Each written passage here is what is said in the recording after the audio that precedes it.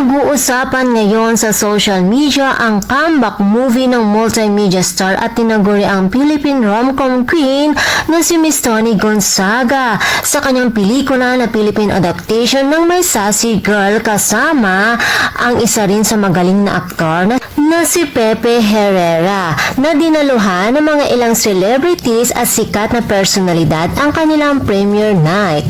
Gaya na lamang ni Senator Robin Padilla, Melay Cantiveros, Julina Magdangal, Darla, Cyril Manabat, Marco Masa, Mariel Pamintuan, Zainab Harake, Rana, Boss Toyo at ang kanyang misis na si Ma'am Joy, Kong TV at V. Cortez. At syempre, all support din ang kapatid niyang si Miss Alex Gonzaga at si Mikey Morada.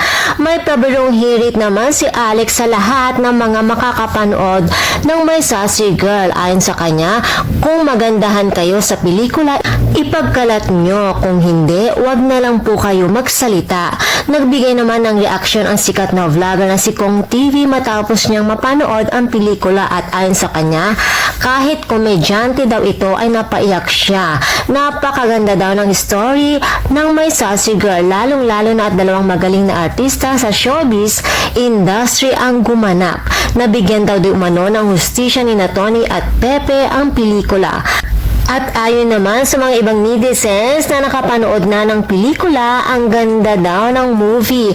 Patatawanin ka, pakikiligin ka, at papaiyakin ka. Ang sarap magmahal at mahalin. Ang pelikulang My Sassy Girl ay isang romantic comedy film na pinagbibidahan ni Toni Gonzaga at Pepe Herrera, directed by Phip Solomon. Kaya naman mga chika Dora, sabay-sabay nating panoorin sa sinihan ang My Sassy Girl.